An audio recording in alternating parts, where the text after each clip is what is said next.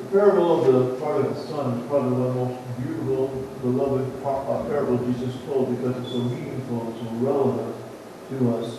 It's meaningful because it talks to us about the love of God and His willingness to forgive. It's relevant because we've all either been the prodigal son ourselves or we've been the older brother. It's the end of three groups of parables Jesus told when He was criticized by the Pharisees for having eaten with sinners or associating with sinners. Sometimes we like to think that somehow by association with someone we become as guilty as the people we're associating ourselves with. And that's the case they're doing with Jesus. So Jesus tells parables about things that are lost and things that are found. First two parables are about a sheep that is lost, and the second one is about a coin that is lost.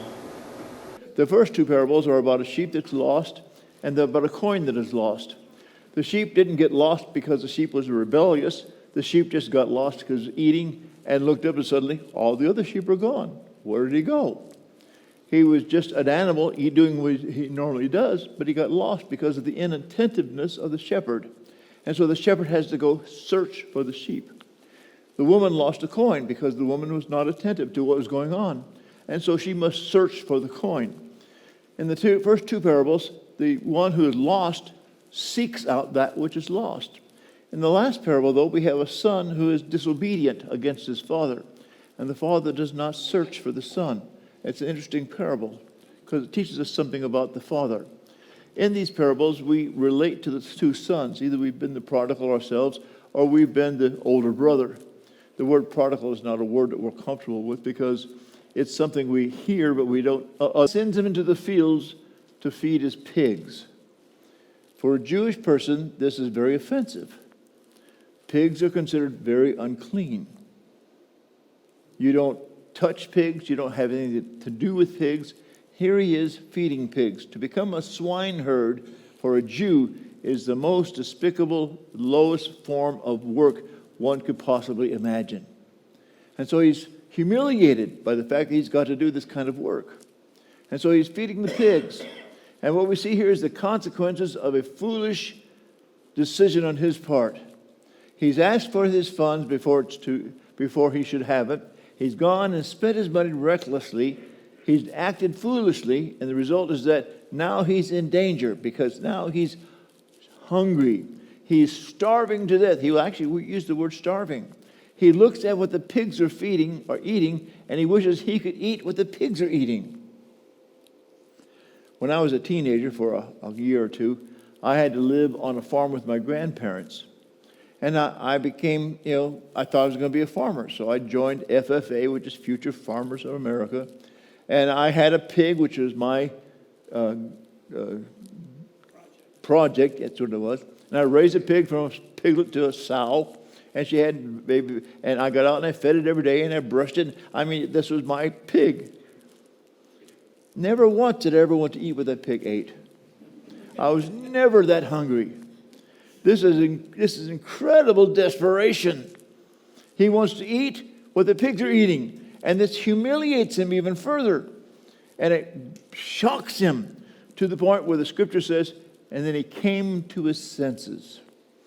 Something about this parable teaches us something about God. Because you see, the father in this parable represents God. And what he does is what God would do. We have trouble with this because we're often trying to impose upon God ourselves.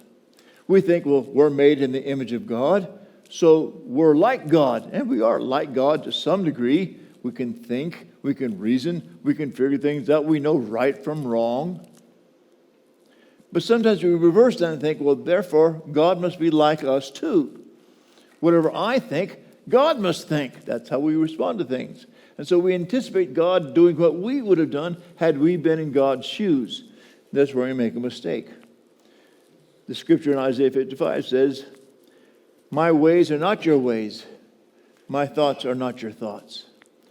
Just because you think something does not mean that God thinks it too. And that's what we see with this father. This father shows us something about God. He responds in a way that we don't expect him to respond when the son says, give me my money. We have an old proverb among our people that says, be careful what you pray for, because you just might get it. This parable is showing that God sometimes gives you what you pray for. He gives you what you ask, even though it may seem like it's kind of foolish for him to do that. And we're tempted to judge the father and say, what a foolish father you are to give him your son this kind of, what's the matter with you, Father? Don't you know what's going on? There's a little more wisdom here than we can comprehend.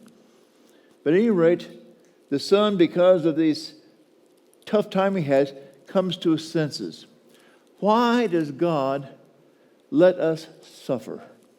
That's one of the age-old questions we all struggle with. Why does God let us suffer? Well, the answer is because suffering is a tool God uses. A tool God uses to make you grow in faith, or in this case, come to your senses.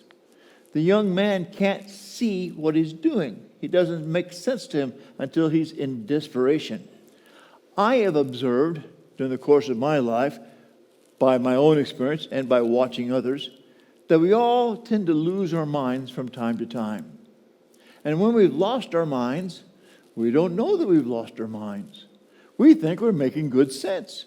We think we're reasoning in the right way. We think we're doing the right sort of things. And so we justify what we're doing by saying, I've done the right things, until things don't go the way they're supposed to go. And we're forced to ask, why? And when we start asking ourselves, why did I do that? Why did I say what I did? That's not like me. Is when we finally begin to come to our senses and come back. Kind of reminds me of the story Jesus told about the two men that built houses, one on a rock, one on the sand.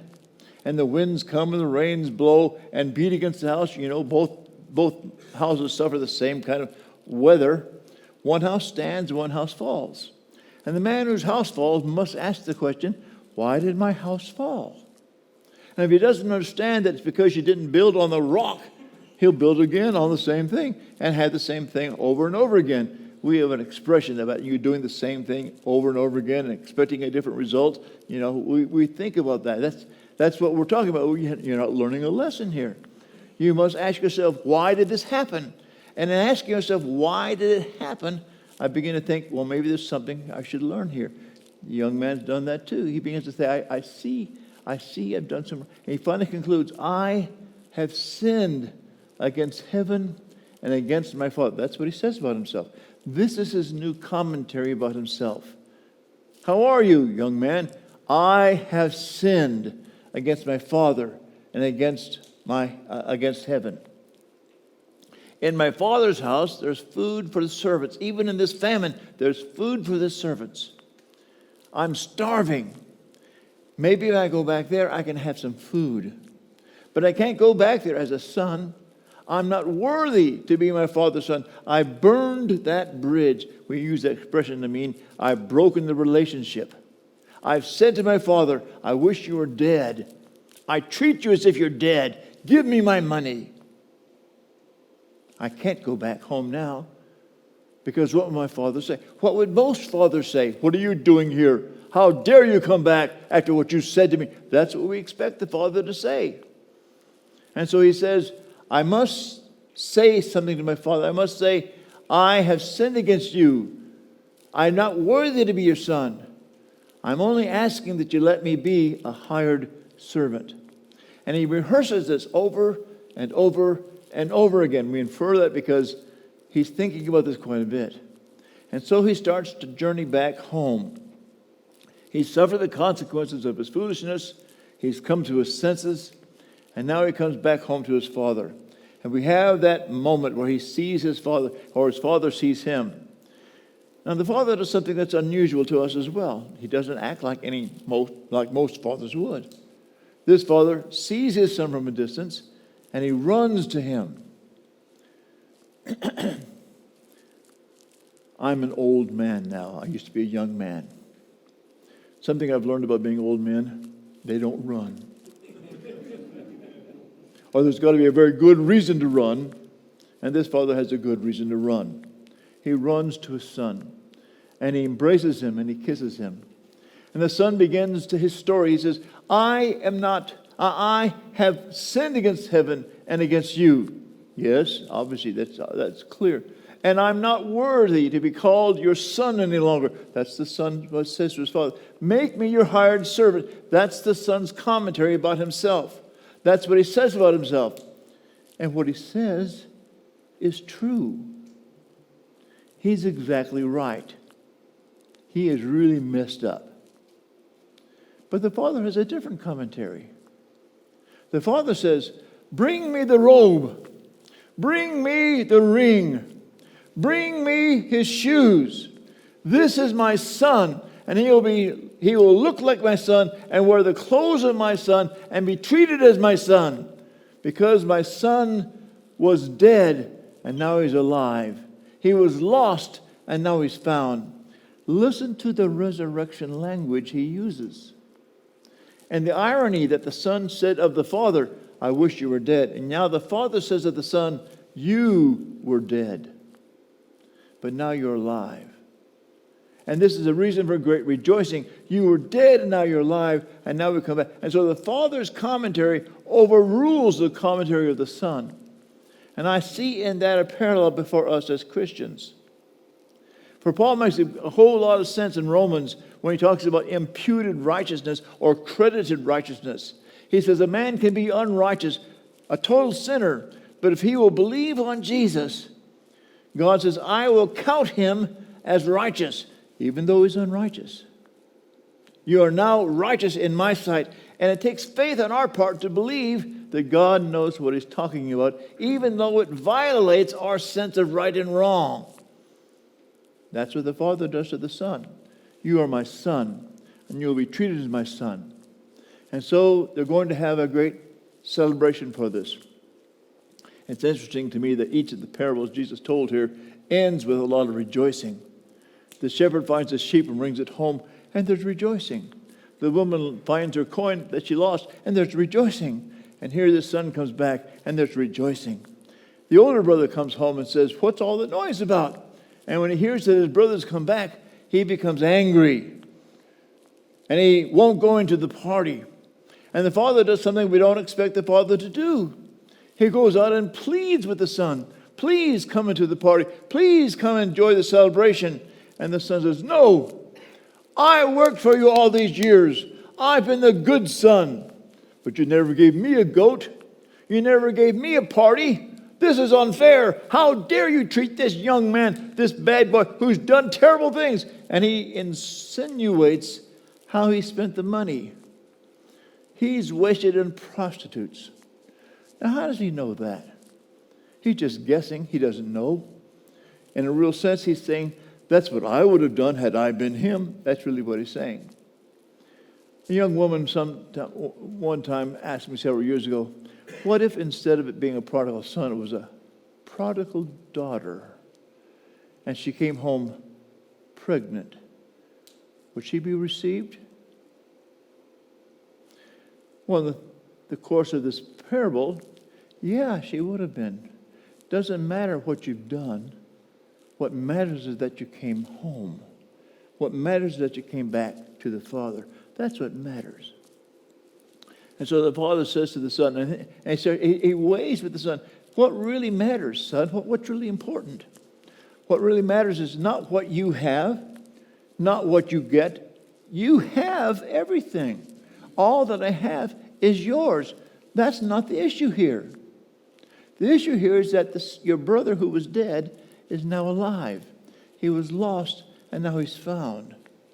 Sometimes we get so lost by thinking about what's in it for me. How am I getting all of what? That's what both sons have asked all the way through this. The younger son asked, what am I getting out of all this? I'm getting nothing. Well, let me have what I have. So let me have what I want, because I want my fun now. No, there's something more important than that, son. But he doesn't hear that. And now the older son says, what am I getting out of this? I've been good and haven't gotten anything out of this at all. And the father says, that's not what's important. What's important is that your brother has come home, that he was dead and now he's alive. He was lost and now he's found.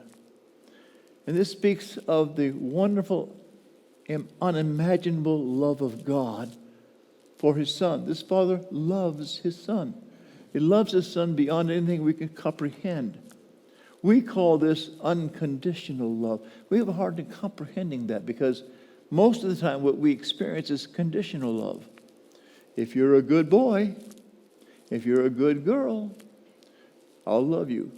But if not, no way. That's what we usually see, and that's how we perceive it, and that's what we think God does for us. And we don't really understand. I love you anyway. I love you regardless of what you are.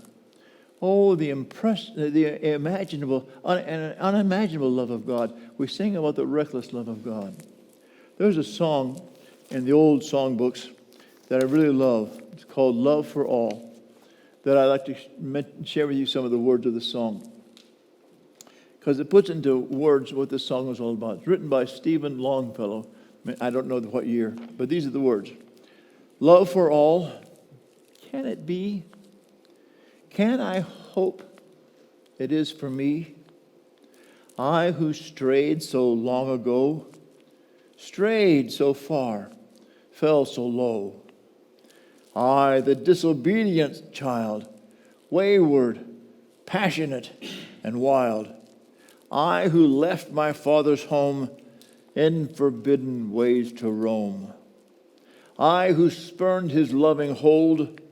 I who would not be controlled. I who would not hear his call. I, the willful prodigal. See my father, or rather to my father, can I go? At his feet myself I'll throw. In his house there yet may be a place, a servant's place for me. And the last verse I really love. See, my father waiting stands. See, he reaches out his hand. God is love.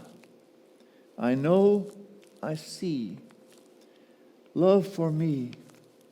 Yes, even me.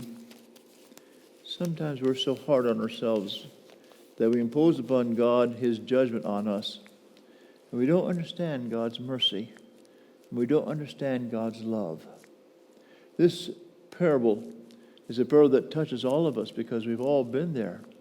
We've all been wayward, disobedient. We've all ran away. We've all said to God, I wish you were dead, or I don't want to believe in you. I don't care about you at all. Only to realize later how foolish we've been. Why did I say that? How could I possibly say that? Can I come back to God? Will God accept me?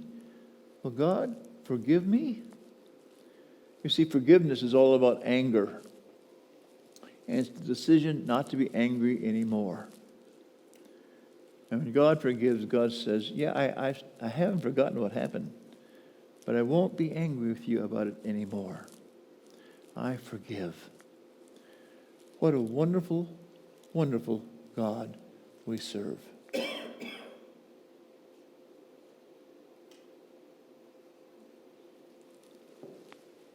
God bless you.